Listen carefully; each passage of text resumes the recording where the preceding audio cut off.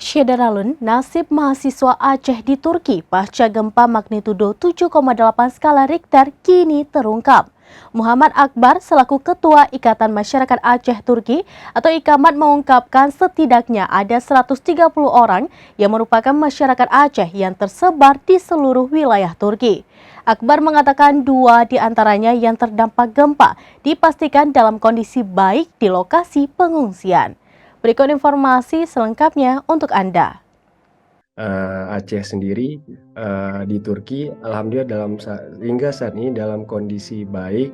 Adapun beberapa teman tentunya yang terdampak di kota yang terdampak di wilayah gempa, kita telah berkoordinasi dan alhamdulillah semuanya telah mendapatkan penanganan yang baik. Syederalun, Ketua Ikatan Masyarakat Aceh Turki atau IKAMAT Muhammad Akbar Angkasa menyampaikan ada 2 mahasiswa asal Aceh di Kahramanmaraş yang menjadi pusat gempa Turki. Mereka merupakan 2 orang dari total lebih kurang 130 masyarakat Aceh yang ada di seluruh Turki. Kepada seraminus.com, Muhammad Akbar mengatakan 2 orang mahasiswa Aceh yang berada di wilayah pusat gempa Turki itu sempat mengungsi pasca gempa dahsyat kemarin. Meski demikian, kedua mahasiswa asal Aceh tersebut dipastikan dalam keadaan baik.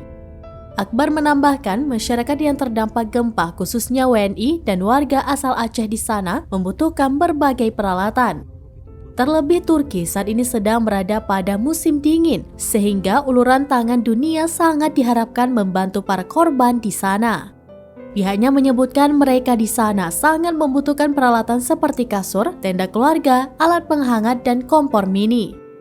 Akbar menuturkan Turki mendeklarasikan hari berduka selama 7 hari dan merupakan hari berduka terpanjang dalam sejarah republik tersebut. Seluruh NGO Turki dan dunia bergotong royong saling membantu para korban.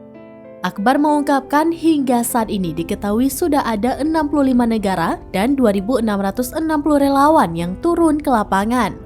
Sementara update terbaru per Selasa 7 Februari 2023 siang tercatat sudah hampir 5.000 korban meninggal dunia akibat gempa Turki dan Suriah.